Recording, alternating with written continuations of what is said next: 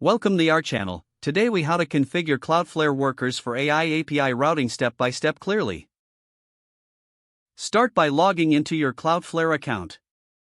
Navigate to the dashboard and select the domain where you want to configure the workers. On the left sidebar, click on the Workers tab. Next, click the Create a Service button to start a new worker configuration. Give your worker a meaningful name that relates to your AI API routing. Once your worker is created, you will be taken to the worker editor. In the editor, you will see a default JavaScript template.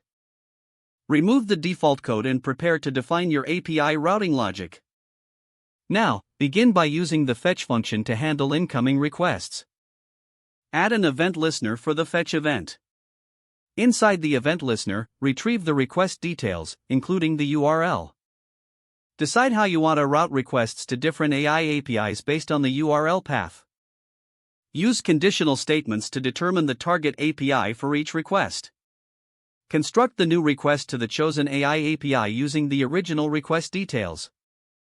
Use the await fetch syntax to send the request to the target API. Capture the response returned by the AI API. You may want to apply transformation to the response, depending on your needs. Return the final response using the event.respondWith method. Once your code is complete, click the Save and Deploy button to deploy your worker. You will receive a unique URL for accessing your worker. Test your worker by sending requests to the worker URL. Adjust the code as necessary based on the results of your testing. Monitor the performance and logs to ensure your configurations operate smoothly. Make further adjustments to handle any additional scenarios as needed.